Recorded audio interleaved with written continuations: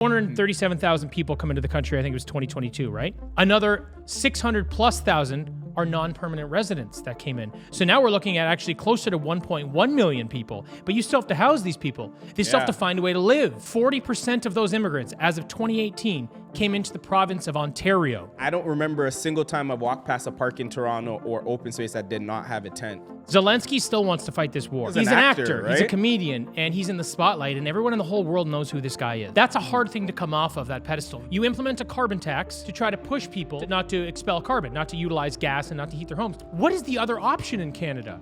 There's no economic lever that I'm pulling to stay warm in my home. If I don't, I'll freeze to death.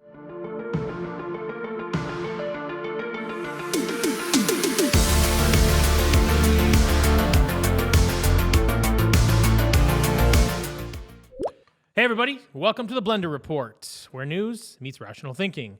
I'm your host, Jonathan Harvey, and this is my co-host, Aaron Cole. What's going on? Give you a little rundown on how things work, as it's the second episode. Like I said, this is where news meets rational thinking, right? So what we do is we try to blend what's happening on the left with what's happening on the right to give you a more comprehensive view of reality.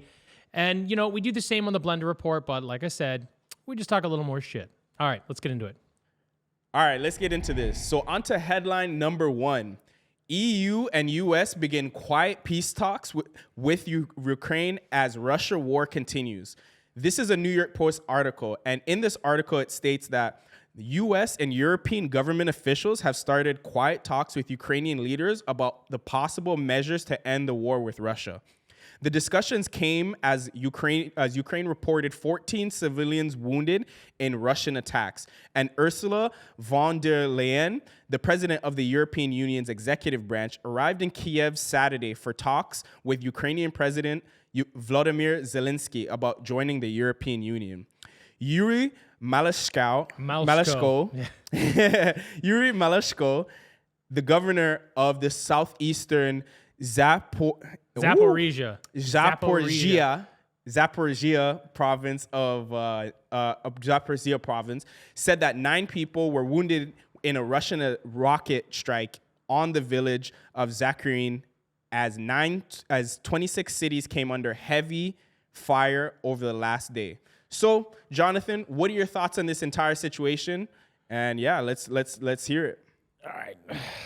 Yeah, wow. So I mean, what we're actually seeing today is we're seeing a war that should have ended a year and a half ago coming to a close now. What's happened is the United States has lost the interest, and the European Union, they've lost the interest in funding this war. And I'm not exactly sure why. Maybe you point to Israel, Palestine. Maybe Ukraine was the side piece, now they got to go deal with their wife. I get it. I get it. I understand. You know what I mean? Priorities. Yeah, but here's the thing. So what you're seeing in the media, you're getting a bit of mixed signal. So I'll kind of run through that. What you're seeing is Zelensky still wants to fight this war. And there may be a couple reasons for that. First of all, the guy's an entertainer. And like, I don't mean anything rude by this. I'm being honest. He is though. Like I swear he's an actor, right? He's a comedian, and he's in the spotlight, and everyone in the whole world knows who this guy is. So that's a hard thing to come off of that pedestal, regardless of why you're there. And look, I don't think that's the only reason. I think that's a small reason, right? But you've got his own generals right now. It was in a Times article. His own generals are not listening to him anymore. They don't want to keep sending kids into the meat grinder because it's not working. This war of attrition is not going to be effective for Ukraine. They don't have the troops. And you know, we all know the red line on this to World War III is throwing ground troops into Ukraine. So that's not an option. It never was. It never has been. A proxy war is okay, except as soon as you throw troops in, that's the real issue. So Zelensky wants to keep fighting this war. So he's continuing to ask for more money and more support. But his own generals are saying, hey, look, we're at a stalemate. Unless we have substantial increase in munitions and aerial support, we're not going anywhere. That's exactly where we're at. So then what the thing is, the states did this interesting thing where they just spun the media. This is how they like to operate. So instead of saying, hey, our bad, this is a war of attrition, we're not going to keep fighting this, they go, well, it's the humane thing to do because Ukraine's running out of troops. That's what they said. So that's in the media. And while that is partially true, this never should have gotten to this point. So now they're like, well, the humane thing to do is to broker peace. But again, the reality of all of this is this should have been done a year and a half ago because here's exactly what's going to happen. Putin's going to get what he wants. He's going to maintain his annexation of Crimea. He's going to take the Donetsk and Luhansk, the northeastern region of Ukraine, and he'll do it through referendum. That's exactly what he's getting. That's what he wants, and it's exactly what he's going to get. That's how this is going to come to. This is going to come to an end. That's what's going to happen. And this all could have been done without the expense of hundreds of billions of dollars and hundreds of thousands of lives. So what's depressing for me is the media takes this small kind of spin over here, and they're being humane now in these peace talks, because this apparently isn't up to Ukraine and Russia, it's up to the US. And what they're going to do is they're going to say, well, everything we did was necessary to get to this point. If we didn't do this, well then, Putin would have invaded Poland, he would have done all these other things, which is ludicrous, because if anything, they're on their heels right now. Why wouldn't he invade them now? In fact, why wouldn't China invade Taiwan now? Because now that the US and the EU are saying, we don't have enough to fight this war anymore, now would be the opportunity. Now they're weak. So what's happened is the United States and the European Union and whoever else continue to fuel, fund, and fight this war. I'm not exactly sure why, but now that they've got a conflict over in Israel, they're ready to drop it and let it go. So instead of just saying, hey, our bad, we wasted thousands and thousands of lives and all this money, it's the humane thing to do now. We're going to go over there and broker peace, and it's a good thing we fought that war. You never know what could have happened. Yeah, I know exactly what would have happened. Exactly what is going to happen. That's the outcome. It's going to be the exact fucking same. So now they're going to go over and they're going to fight this war in Israel and Palestine, and what's a shame is because of this media spin, all those pro-Ukraine, pro-war people, and look, I don't mean pro-Ukraine. I don't mean it like that. I mean pro-war in Ukraine is what I'm trying to say. They're all going to say, we did the right thing because the media said we did the right thing, and if we didn't, we would have been looking at the next Hitler with Putin. There's no chance. He doesn't have the resources, first of all, and second of all, the rest of the Eastern world did not want to get into a world war. So this was kind of a dead end to begin with, and it's really a shame that, once again, the war machine is going to get away with it just to turn around and go fight a war somewhere else. Yeah, it's sad, man. And it seems like the war machine got what it wanted. They needed something to stay profitable. The entire military industrial complex they really, are just constantly wreaking havoc. Like it is what it is. A lot of them are just war hungry, and unfortunately human lives are being lost as a result of this. But it's funny that you mentioned that this entire situation kind of led up to this was something that was pretty much well predicted, like a year in advance. And I thought that wasn't Crimea, wasn't that region already technically very pro-Russian before the war even started? They were annexed after the Euromaidan insurrection in 2014. So the United States under Obama instigated a coup in Ukraine because they had the Ukrainian president, Poroshenko? I may be wrong. Anyway, the Ukrainian president at the time was pro-Russia, and he didn't want to sign an agreement with the European Union. So they went in and they started a coup, and it's documented now that this is the United States that started this. Yeah, isn't this what a lot of what led to Putin even making that statement? I think it was in 2014, 2015, where he kind of predicted his own actions. Is that the when those situations were kind of aligned? Yeah, I mean, so because the United States got into Ukraine and pushed this coup and pushed for a Western-friendly government, which is what they got, at the same time, in very little time, I think it was a month or 6 weeks, Putin moved into Crimea, which is it's an important region for shipping, distribution, and resources. So that's why he wanted Crimea. Thing is, he annexed it and he did a referendum. Now, I don't know how accurate his referendum votes are. Obviously, anything like that, you don't really know. But the numbers were in the 90s. 90% of people voted to be a part of Russia. Again, it could be totally fabricated. We know how people like to fuck around with elections in the world, so it's hard to say. But why I'm saying that is, it was Russian-controlled region, and the people there seemed to be at peace with it. Not that it was okay, right or wrong, but I'm talking about the people living in a place where there is still some peace there. And I know they were kicking back and forth to Ukraine. I know that was ongoing. But anyway, that's when he took it in 2014. So this has been going on for a while, and it was going on before that, ever since the fall of the Soviet Union. But the reality is, I was a little blind on this early on in the war. He was Putin's actions were wrong. You don't go and start a war. You don't go invade another country. Clear as day. Got it. Yeah. But if you look at what NATO did to continually add new countries to their NATO alliance that bordered Russia, which is what they said they specifically were not going to do, right? Yeah. So the last standing neutral country was Ukraine. And then what they did in 2014 was they instigated a coup. So now, if you're Putin, you're kind of going, well, the last country there. This is kind of like, I have to make a stand or push back because this is the last country that's on my border. Force a dog into a corner. That's exactly what it is, right? And again, I'm not justifying it. I'm saying this is why, right? And then he goes, okay, you know, and then Trump, because Trump didn't want to be a Russian asset, he moved all these weapons into Ukraine. All the weapons that went in there were not Obama. Those were from Trump. So Trump has a bigger role to play in this than a lot of people give he does. If you look into it, see, that was his role in this. Is he's the one that armed them to begin with. So, and then Biden was the guy that was a part of the Obama campaign that was in charge of foreign relations with Ukraine as the VP. So you're looking at this whole thing, you're like, yes, this was 10 years in the making, and yes, a lot of this had to do with the United States. Wow, yeah, it really goes to the point that a lot of people have. I've been seeing this a lot more, that, like, you know, United States, they're just like, you know, they're very war hungry. Maybe not the people. The people itself, it's their economy. But the government. It's their economy, right? So just recently, pharmaceuticals overtook military industrial complex in terms of largest economy in the States. Wow. I believe, I don't know if it's the largest, I think it is, but I know that pharmaceuticals just took over military. So this is how this country stays alive, right? Like, they don't really do a lot of production and manufacturing of their own. They're starting to switch that over again right now.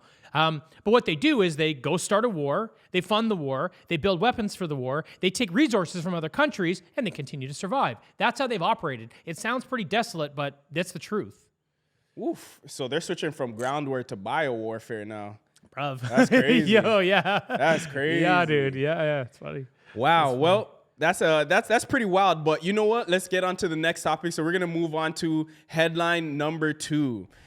So the headline number 2, it's not really based on an article, but it's based on a topic that, you know, hits really close to home: the immigration crisis in Canada. Right. So I recently came across a tweet from a fellow Canadian on Twitter. He's a micro influencer, not that popular, about 10,000 followers, but I thought it was an interesting tweet that he made. So this Twitter user goes by or X, whatever you want to call it, by the way.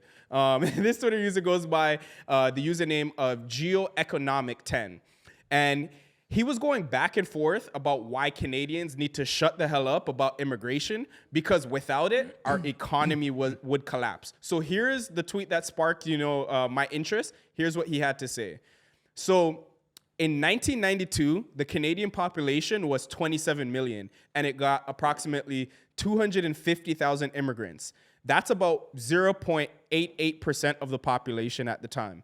In 2022, the Canadian population was 39.6 million, and it got 437,000 immigrants. That's about 1.1% of the population. So the fuss about the 0.22% increase or the extra 80,000 more intake as proportion to the population. In the meantime, more than ever, immigrants are leaving, and natural birth to death rate is going into the negative. Does this guy have a point? Is he cooking? So what do you think about this? Okay, well, your boy likes to do some math. He just likes to leave out some crucial components. A lot. He's used information to build a case for himself. I can appreciate that. I do that sometimes too. But here's a more factual representation of what's going on. So 437,000 people come into the country. I think it was 2022, right? Yeah. Another 600,000+ are non-permanent residents that came in. So now we're looking at actually closer to 1.1 million people. But you still have to house these people. They still have to find a way to live, right? So that's part of the problem. The next thing, 40% of those immigrants, as of 2018, came into the province of Ontario, right? Oh my gosh, 40%? 40%, almost double every other province. So now let's do a little math. The population in Ontario is close to 15 million. And based on his numbers, that we're talking at 40%, we're talking nearly his choice on total immigration of 437. That's about how many people just came to Ontario, right? Oh my gosh, yeah. That's actually, so if you look at it, that's actually more like it's about 3 to 4% in that range. Yeah. That's how much we increased. Now, here's the other problem. You see, he is not wrong about utilizing immigration to bolster our GDP. We've done this since World War II. This makes sense. But that was when we were bringing people in that were highly capable, trained, or they had money. They could buy their way in. That's true. Now we're scaling up people for the liberal agenda. So now we're bringing in a lot of refugees. And at the end of the day, I don't mind people that need asylum. I don't have anything particular against that. It's just when you're doing it at scale, right? So we're not bringing in people that are high earners. We're not bringing in people that are contributing to the economy, right? We're not bringing in people that have money. You're bringing in people that depend on the system. They are a heavy weight on the system. That's why we have encampments in Toronto now. So when this guy's saying these things like, oh, it helps bolster GDP, it does, but it's a certain type of person that has to go through, that has to meet a threshold. That's no longer in existence. And to be quite honest with you, because of like Roxham Road and a couple of other access points through Canada, I actually think that number's a lot higher. Because what they were doing is they were using New York as an asylum state. So they were shoveling 120,000 new people came to New York. And you know what they were doing? They were pushing them up towards northern New York where Roxham Road is. And they were like, even Canada, this is in the media, Canada's going, we need to keep an eye on this and start, bolstering our own borders, our own border pass areas. And then what they did was, they backed off and removed all their people from Roxham Road. Like, it's not that busy anymore. I'm like, what do you mean it's not that busy? So the reality of the situation is actually a lot worse than he's saying by the numbers. It's much harder in Ontario. These people are not contributing to the GDP in the way they used to at all. And then when it comes to, refugees, there's the topic right now of bringing in people from Palestine, right? Yeah. And this happens everywhere, right? It's like, why are you housing refugees? What's the reason? My question is, why aren't any of the other Arab countries housing Palestinians? That's a very good question. Honestly, you know what I've been thinking about it a lot. Like, I'm not Muslim. I'm not Muslim or anything. But what I see in that situation, I kind of think, this is my theory, just my theory, guys. No facts behind this. Just had to make that very clear. But yeah, what I think the reason why no other Arab countries have specifically, housed them as refugees is because if they take them in as refugees, plenty of people are going to leave the region, and then Israel might take the region back. And then what are they going to turn Gaza into? It's going to become Israel's Dubai. You know what I mean? That's why they're, in my opinion, that's why they're trying to flatten it. I hear you. Know what I mean? I don't disagree with you to a certain degree. I think let's put it this way. I think that's their argument. I don't think that's the reality though, because here's the thing. If you've got something that's leaving a country, you can't say, oh, we're not going to house them because then they're just going to go back. No, they're not. They're going to go seek asylum somewhere else. So it doesn't, just because you deny their entry doesn't mean that they go back to the country to defend it. If they're going to stay there to defend it, they would already be staying there to defend it. Yeah. That would already be the case, right? And if you look at what's happening around the world, everybody, including Biden, is calling for a two-state solution. You can't ethnically cleanse a race of people in today's world. You cannot do it. So I hear your point, but for me, I'm just like, it's just a red flag. That's kind of all I'm pointing out. I don't really have an answer, and I don't really have anything that's too deep behind it. I just find it as a bit of a red flag. We're taking in a lot of very, very capable people, and the United States is complaining about this, about taking in people that are capable in terms of like they are the military age.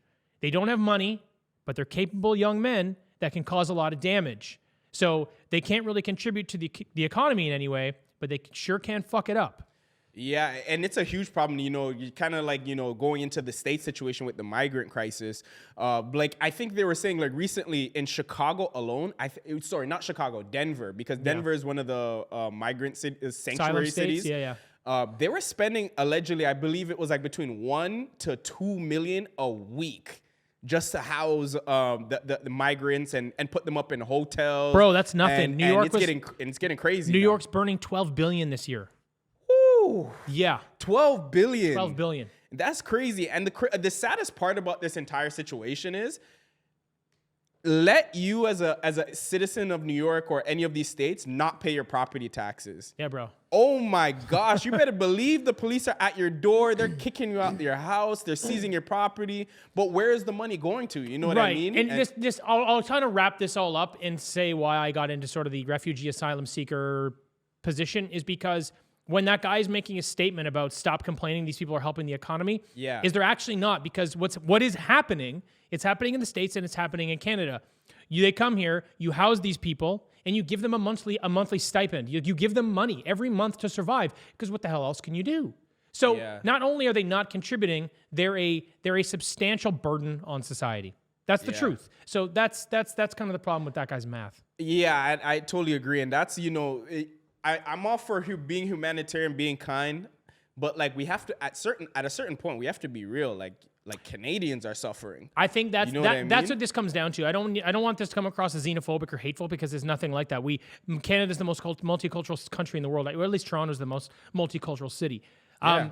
I love everybody. I have no problems with people. That's not what this is. It's about not having the critical infrastructure and not taking care of the people that are already here. That's the problem that I have. Yeah, we walk past that every day. Like, I don't remember a single time I've walked past a park in Toronto or open space that did not have a tent. And those aren't migrants; they're Canadians. So, I'm a firm believer we take care of our own first. You know what I mean? Then we can help. Take care of it. Keep your house in order. But that being said, that brings us to headline number 3. So headline number 3, government housing organization says it must do better after building just 12 homes in 8 years. The Canadian Mortgage and Housing Commission, also known as CMHC, has acknowledged the need for improvement in addressing affordable housing issues after a program aimed at building 672 homes in 7 communities resulted in only 12 completed homes in one community since 2015. Also, the same time Trudeau stepped into office, ironically enough. But during a Senate meeting, Senator Pamela Wallin criticized the CMHC for having not a great record and raised concern about the slow progress, questioning the reasons behind the delays. And the CMHC explained that the development of the Crown lands sometimes involves remediation and finding suitable partners, which can be time-consuming. So, Jonathan, what are your thoughts on this? It's a government program. Here's the thing. You can trust people to be who they are, right? That's what you can do. You can depend on government. So the CMHC is a crown corporation, which means they're an extension of the government, right? These people have been, these people have been a problem for quite a long time. I mean, like you said, for 8 years, they built 12 homes out of 687, was it? That's not even 2% of your target. And your excuse is, sometimes land needs remediation and it's hard to find good people. Bro, go hire some Canadians to build some houses. What are you talking about? So this is just government inefficiency at its finest. I've looked at the CMHC before in an article I wrote a while ago, and when you look behind the curtain there, they are like on the front line of diversity, inclusion, and equity. They are die cult all the way through. Yep. So the problem is, Typical.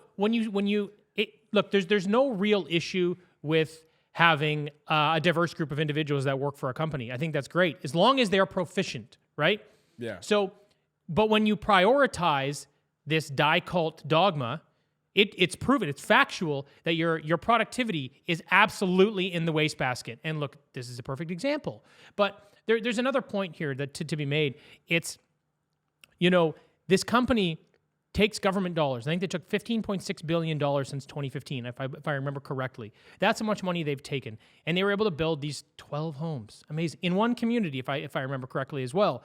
Now, here's the thing. I know that they do other things. They contribute in other ways. They do for sure. But when you miss a target by 98%, and no one even, there's no checks and balances on these guys, or else it wouldn't have taken 8 years to identify that they were fucking things up. This is preposterous.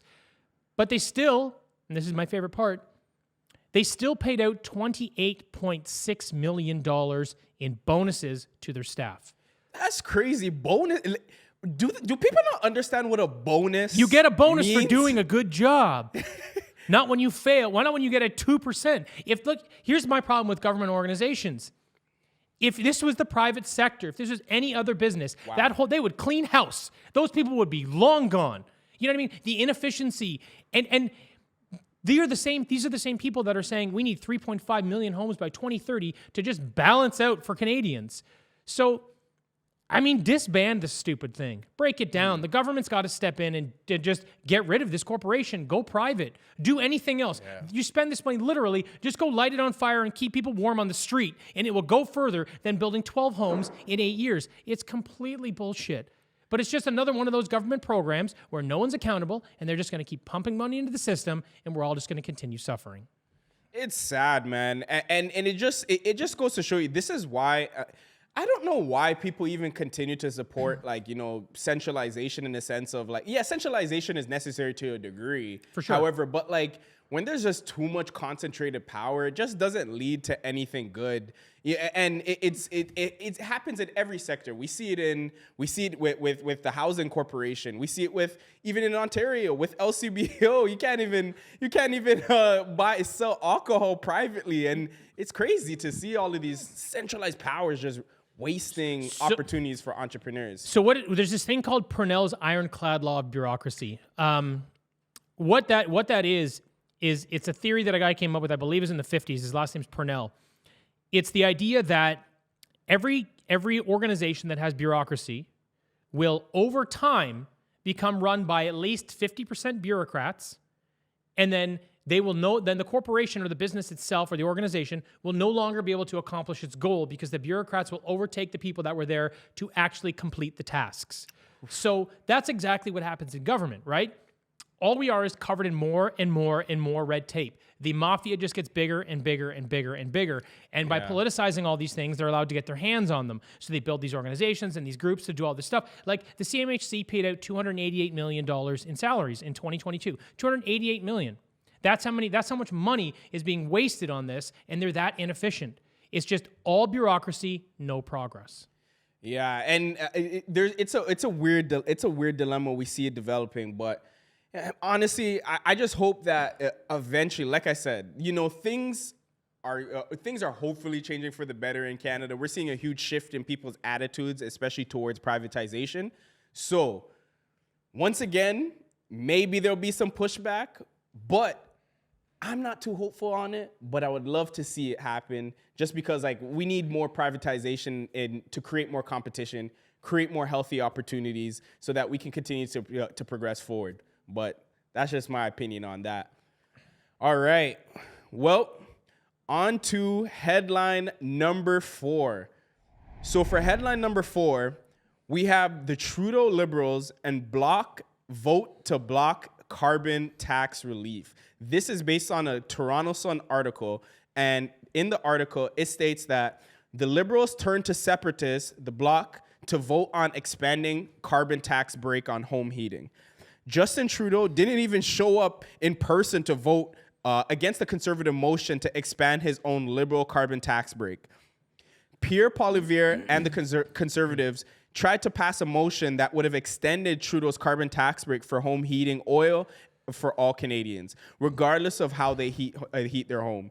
In the end, the vote failed with a vote of 135 to 186, with the Bloc Québécois joining the Liberals to deny the tax break for all, while the NDP actually ended up supporting the Conservatives' effort in this try to expand the measure. So what do you have to say about this, Jonathan? What do you think? Well, I love how they're like, if you give us money, we can save the environment. Oh, can you? How's that working out for everybody? Not real well. Fundamentally, a carbon tax, if it were to make sense, would make sense like this. If you build a carbon tax that increases for a company that has an economic lever that they can pull to counteract the increased cost of the carbon emissions, right? I make money, therefore there's an ROI involved, and it's worth the cost of doing business. I understand that. At least I can see that making sense, right? Yeah. But instead, what's happening is the carbon tax is being applied in those situations to corporations, but the vast majority of it is coming from people living in their homes and from people paying at the gas pumps, right? But here's the challenge with that: you implement a carbon tax to try to push people not to utilize. Not to expel carbon, not to utilize gas, and not to heat their homes. But what is the other option in Canada? There's no economic lever that I'm pulling to stay warm in my home. If I don't, I'll freeze to death. So the utilization and going to work, walk to work. Bro, it's 17 kilometers to get here from my house. I enjoy a nice run, but I would look like a bag of shit on camera at this point. And for what? So they pretend like you have a choice not to do these things, but you don't. You need to heat your home to survive, and you need to drive to work so you can pay to heat your home. It doesn't make any sense. How they're applying this carbon tax is total bullshit. And then what I love is they go, and then what we're doing, we're taking the money back, and we're giving it right back to Canadians. So they're going to give people monthly checks. I was looking at this the other day. I think it's you'll get 2 checks a year or something for $344. And that's only certain people or in different provinces. It changes here and there. So my question is, why take the money in the first place? Like, what are you doing? Like, here's what you do. You want to have a carbon tax, which I don't agree with, but let's say you want to do it. You only apply it to corporations that can use an economic lever that they can pull to pay for the additional carbon use. And then use that money to do whatever the fuck you want, Trudeau. I don't even care. But stop taking it from people for having to put gas in their car and heating their homes, because it's not a choice. It's not a choice. It's just stupidity. And you know what? I'm of the opinion that Trudeau did this because he's trying to prove that he belongs on the global stage as a world leader, which he does not. He gets laughed at every time he goes to a summit. He's a joke. He got picked up in a Nissan Pathfinder at the G20. No one respects this dude. Gosh. It's hilarious. So look, he's doing these things to sort of virtue signal as this sort of liberal, in this liberal woke ideology stuff. And then what happened was he started losing votes in Atlantic Canada. Which is usually a lock for the man. So what does he do? So what does he do? He goes, well, then you guys don't have to pay the home heating tax. So a small minority of Canadians get a tax break so he can try to bolster his favor. He can try to increase in the polls. That was his game plan. But now he looks really bad, right? Because now you're in between a rock and a hard place. You have to admit one of two things. Either you have to let the rest of the people away with the carbon tax, which is what should have happened, but it didn't. Yeah. Or else you've chosen that there's two different classes of Canadians. Now you've chosen your favorites, Trudeau. So I have a funny feeling that this is going to go the other way. And now he's going to start polling even worse in other parts of the country, which is phenomenal. Love this. But if he had done the right thing and cut the carbon tax, then that would be the admission that it doesn't improve the environment at all. And it was worth giving up for just a few votes.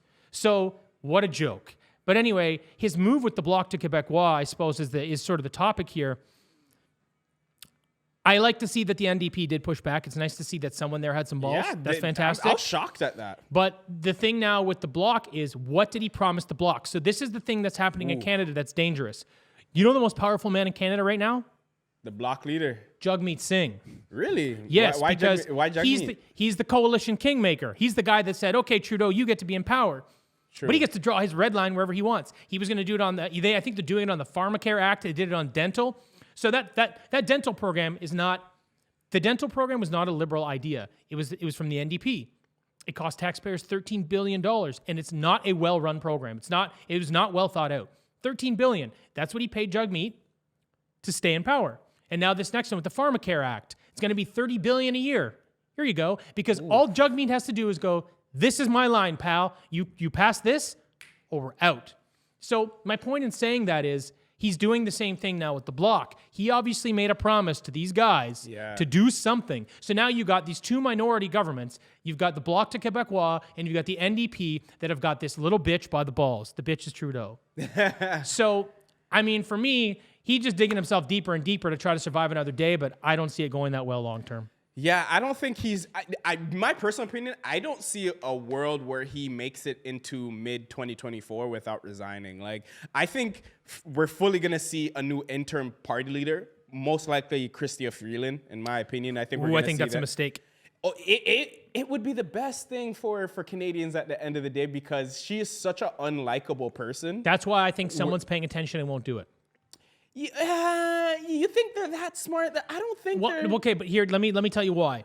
First of all, I understand what you're saying, that Trudeau and Freeland are two of the most egotistical politicians that you can see. The way that they behave on camera, it's pretty dark. Oh, yeah, they're just nasty behavior. And they worry about themselves, right? But if Trudeau actually gets to the point in his own head or is forced to step down, that means that a different train of thought was used to execute that move, or someone else was in power. And whoever that would be, whether it's the different train of thought or whether it's someone else in power, they're going to be looking at this through a different lens.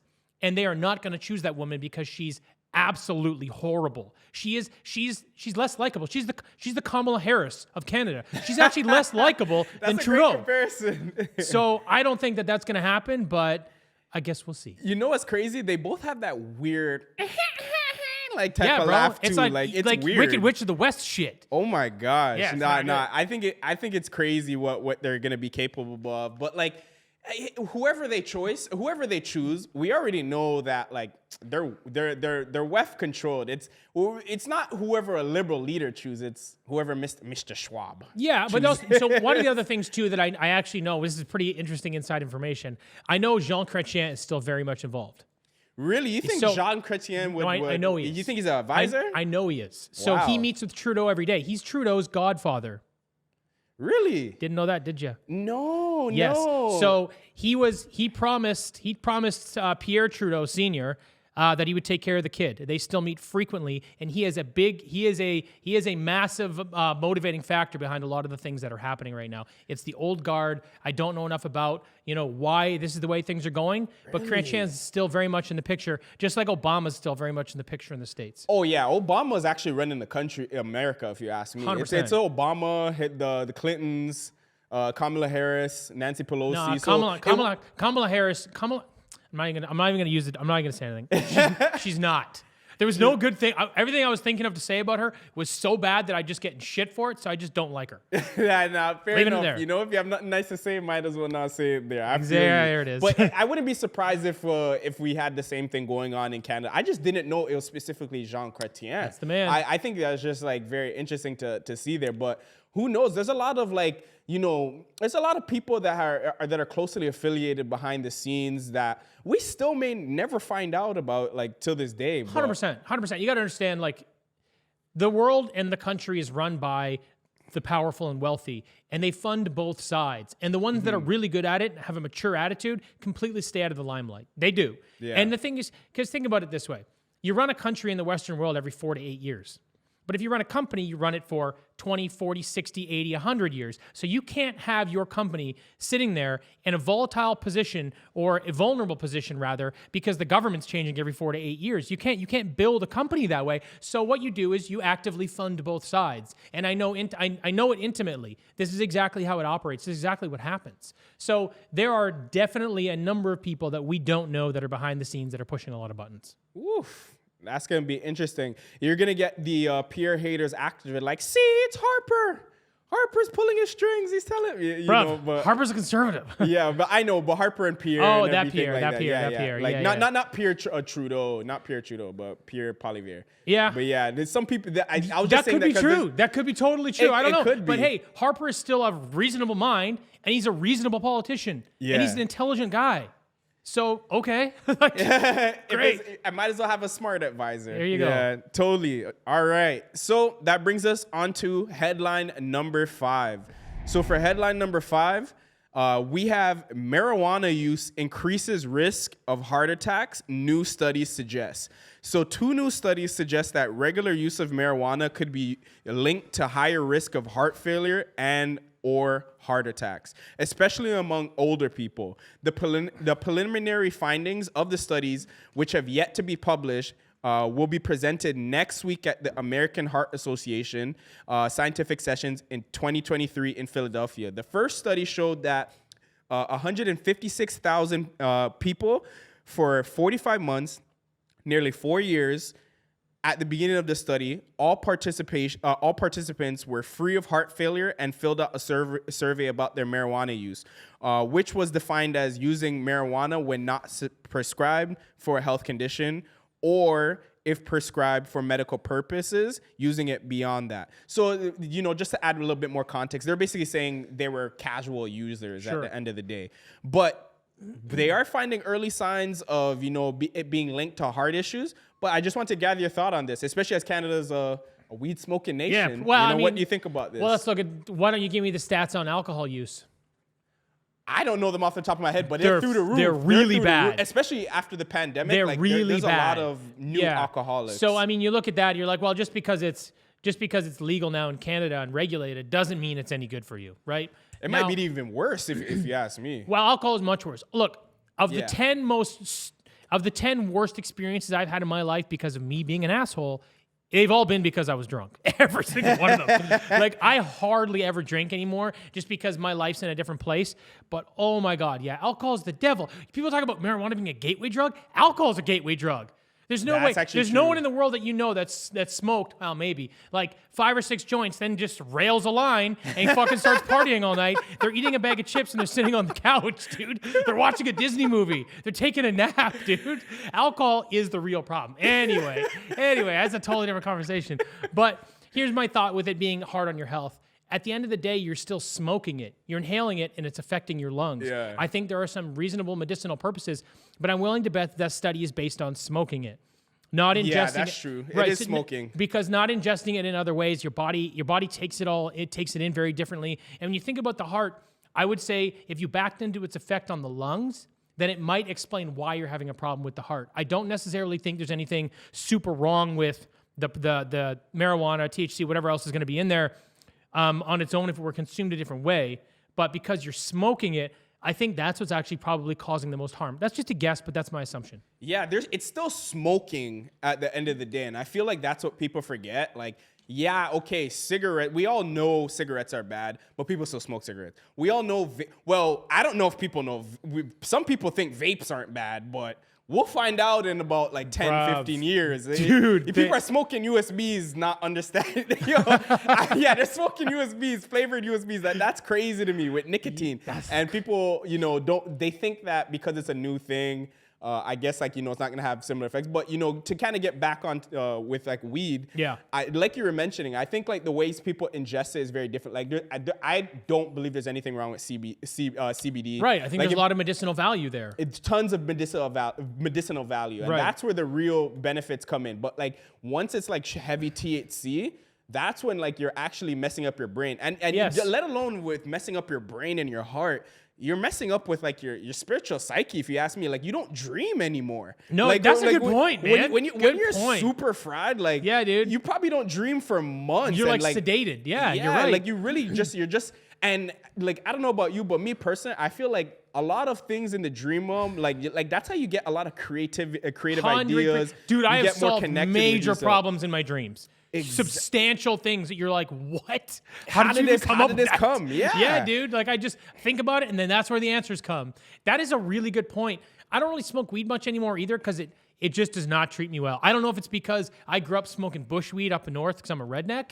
You know what I mean? The shit I smoked was like fucking 5% THC. Cool. Yeah. That's great. Now this stuff's like 42% THC and some nerd is making it in a lab and I smoke it. The hybrids, and I'm those like, aren't even natural weed. for me, I'm just like, how do I make this stop immediately? That's how much I do not like this situation. wow. So Yeah. I don't smoke weed anymore. I just kind of gave it up. It was just like, oh, this is not creating the desired result. I'm like, you got some bush weed, let's talk. Otherwise, Yeah, I think I'm good. I think one of the as a former weed smoker myself, I think one of the things that really got me off of weed is I realized I never really liked smoking weed. I like the tobacco. That's a good reason to stop. No, Yeah. it was the tobacco and weed. So Oh, it's like, I never I'm not smoked sure if you tobacco. guys know about grabba. I'm not sure. It's like okay, so grabba is like a Jamaican like tobacco leaf and Okay. stuff like that. So people would like put it in like their blunts and like some people would even put it in their bongs. Like it was the craziest shit. I would never take like a bong rip with that, but I seen people do it. Instantly floored. Dude, a bong, oh my God. Yeah. If I had to hit a bong straight- right now, my whole day would be over. I'd be over there sleeping on that $8,000 couch. I'd be so fucked up, man. Yo. My nervous system would shut down. I'd go all pale white. I'd get the sweats. If I hit a bong. Are you kidding me? Oh my God. I used to smoke them all the time when I was a kid. I think about it now and I'm like, oh God, no. It is gross. would break me. That is a I college would special. break. I'm not gonna lie. Bong rips, college special. Yeah, Like, dude. That's so funny. For me, that was like 16. When I was 16 years old, that was those bong rips. yeah. By the time I was in college, I think I was good by then. Nah, Wow. nah. Honestly, for it was definitely college. I think, man, I had a lot of fun experiences. Yeah. but- No, I had fun. I just had other fun. We had like a fun, like honestly, I could talk about it now. Sorry, mom, but every year I swear we literally used to like a couple of our friends and I, we literally used to meet up and like we would get like those like giant like spliffs like this. What? Like it would be like this long. I'm not even joking, and there'd be like 20 of us. And like we would pitch on like a 28 grams and stuff, and just sit there, You smoke an ounce. just try to pass around the You ounce. smoke a whole ounce of weed. Like I promise, we would roll up a joint like this big. I'm not Yeah, even joking. yeah, Like yeah. it was legit. Like Like this. a You sub. had to, you Yeah. had to Use two both hand hands. Hold it. Yeah, you yeah, had yeah. to two hand hold it. And after that, I think it was after the last one. That's when it really started to click with me. It's like, man, I really don't like weed. And that's when I started to realize, like, I don't know about you, but like for a lot of people, it's like it's the THC effect. It's the THC and the tobacco effect. It's like your body gets more Addicted to the tobacco. Addicted to the tobacco. For sure. It's not even the weed after a while. See, I couldn't And then smoke cigarettes. Couldn't happen. I tried smoking Yeah. one cigarette. Right when I smoked it, I think I was like 18, 19. it felt like I was dying inside. I was like, oh my God, what's happening? It's like my body was trying to cave in. It was trying to implode. And I was like, oh, if I smoke these for a year, I will be dead. And I never touched them again. I was like, what? I was like, how do people get over this hump and why do they do it? A lot of people, what I realize as well too, you know, kind of get off topic with the drinking. It's like when they get drunk, then they want a cigarette. It's like they don't even normally smoke. Told you, alcohol's the gateway drug. That's what I'm telling you. It's to everything. It's like whether you want to, whatever you want to do. Whatever you want to do, or a cigarette, or weed. Just crack, just open up a bottle of vodka and then fucking the world is yours. Yeah. Ugh. It's crazy, man. But yeah, I think a lot of this, what's going on is like, I think they got to test for a lot of other factors. Like, what other things are they using in conjunction with this? But like, as someone who has quit, I just don't see the need for it anymore and anything like that. But I do believe that like, maybe it has to do with a lot of the things that are being consumed in conjunction with this, so. It could be an isolation study that could be done. At the end of the day, I think you just have to look at its effects on the lungs and then say it's the heart's job to keep the body going all the time. And when you're damaging the lungs that much, I can see how the heart can start to suffer. That's what I would see. I don't know what other corollary effects there would be from it. But at the end of the day, I'm honestly not super surprised. Yeah, totally. Well, that brings us to the next headline. So on to headline number 6. So for headline number 6, we have Elon Musk says that his new startup, XAI, will debut its artificial intelligence on Saturday. So Elon Musk said on this past Friday that his AI company, XAI, will debut its technology very soon. He said tomorrow, XAI will release its first AI to a select group. Elon Musk posted on X, formerly known as Twitter. In some important respects, it is the best that currently exists. That's what Elon said. Musk seems to be positioning XAI to compete with companies like OpenAI and Google Bard and Anthropic, which are behind the leading the leading chatbots like ChatGPT, Bard, and Cloud. So, what do you think about this? What do you think about Elon entering the AI chatbot game?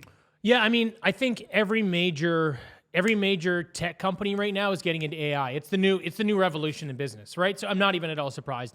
And if Elon's doing it, I think it's probably going to be the best out there at some point or another. Maybe not right away, but it will be because he's just that good. He attracts that talent. He's just smarter than everybody. It just is what it is. Like, y'all can hate him, but look at his track record.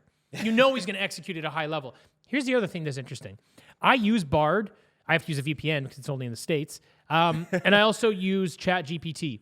They are heavily censored. Yeah. Heavily. If you type in Israel-Palestine, you know what it says? Hamas is a terror organization. That's what it said. That's what it said. It won't even answer you. That's what it says. ChatGPT basically is like, we will not answer your prompt because of X, Y, and Z. So they're already like heavy-handed censorship. And one of the big things that Elon said he's going to do is he's going to do away with that. He's going to answer questions about drinking and cocaine. He's going to answer questions about Israel and Palestine or Hamas and all these other things. He's not going to censor. He's going to do exactly what he's doing with Twitter with AI, which I think is going to create a very large available space for this guy to operate. And if I remember correctly, he's tying it into Twitter Premium. So I think it'll be like $16 a month, which I'll happily pay. I don't really care. But honestly, I think this is a good thing. First of all, competition in the market always pushes things forward. That's valuable. Second of all, AI has the opportunity to be quite dangerous. It really does. Now, that's all based on who's programming it. But if left-wing whack jobs who want to see the world come to an end are programming it, look what it's going to do. So I think it's good to have this guy in there to sort of, compete, but also referee in a sense. And then the other side of it too, like I said, is he will give people that are like honestly, probably the majority of people that actually just want real answers to these things versus being censored on a question. He will be able to provide them with answers. So I think he'll do quite well. The name of it's stupid, Grok or Grok. Like I don't even know what it is. You know what it is, Dean? Sounds like Groot. No, whatever it is. I mean, I'm not giving him any awards for stupid names. But I think the product's good. I trust. I believe in Elon. I think he's going to make it happen. And I love that there's a product in the market that is not going to censor us anymore just for asking questions. Yeah, you know what was really interesting about ChatGPT in its early days? Did you ever hear about its jailbreak called Dan? No.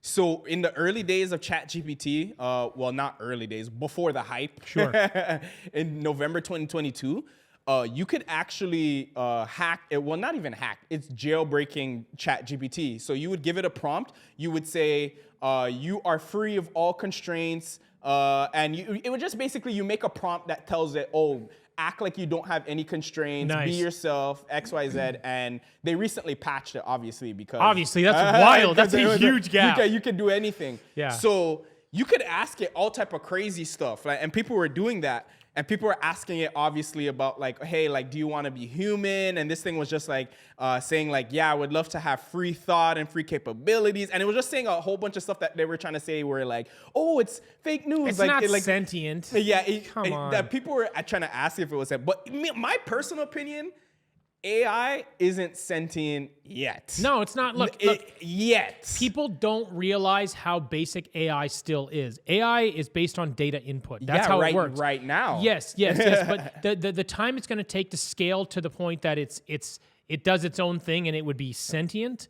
dude, it's a very, very long way away. And now with government, I say overreach because it's kind of what it is. But now that the government's involved and they need to be involved every step of the way as per the AI Safety Summit. Yeah. It's going to move a lot slower, and we're going to have access. Here's what's going to happen. We're going to have access to 10% of its capability as citizens. Otherwise, they're going to have the other. They're going to have all. They're going to be able to use it to its full capacity. But they're not going to give us those tools. It's like military equipment. The things that they can do, how they can tap your phone or watch you from space. They have all the tools. We have nothing. This is going to be the exact same way. It's too powerful. So it's way too powerful. Could you imagine the amount of fake news that could be spread if you give someone like with the full capability of AI and, you know, stable diffusion and what's that other one called? People are using it to create all these deep fakes. Oh yeah, that's interesting. I forgot. It's based on a Discord thing. Midjourney. Okay. Midjourney. So Midjourney is a AI that helps you like create like digital images, and some people even use it to like animate videos. So at the early stages of it, it was like super real. Like you ever saw that picture of like the Pope looking like he was dripped out, like he had. Like, oh yeah. I've seen some of these things. They're pretty good, but still, it's still basic stuff. Yeah, super basic. But I think it's gonna be an interesting time, especially like once this thing gets a little bit more developed. You see what I'm saying? But I think we're not gonna see that until like, I'm a firm believer that we're gonna see a sentient AI in the next like 7 to 10 years, in my personal opinion. I think you're looking at a minimum of 10, and I think it's going to be a government tool long before we have any access to it. Who knows? Hey, I think with the way people are going, you know, with like asking for, you know, $25 minimum wage at like McDonald's and stuff like that, I think they're going to speed it up. If you ask me. We might be talking to AI to put in an order. Yeah, I mean, that's a whole economies of scale thing. I don't want to get into it. Yeah. I guess we'll see. Only time will tell. Only time will tell. Well, that's all we pretty much have for today. Thank you guys once again for tuning in, and we'll see you on the next one. Yeah, thanks everybody. Just want to say this so I don't get in trouble. Follow us at Blender News on all of our social platforms. If you like what you're hearing today, you can also subscribe to our daily newsletter, which you can find at blendernews.com. It's BLENDR news.com. Until next time, bye everybody. See ya.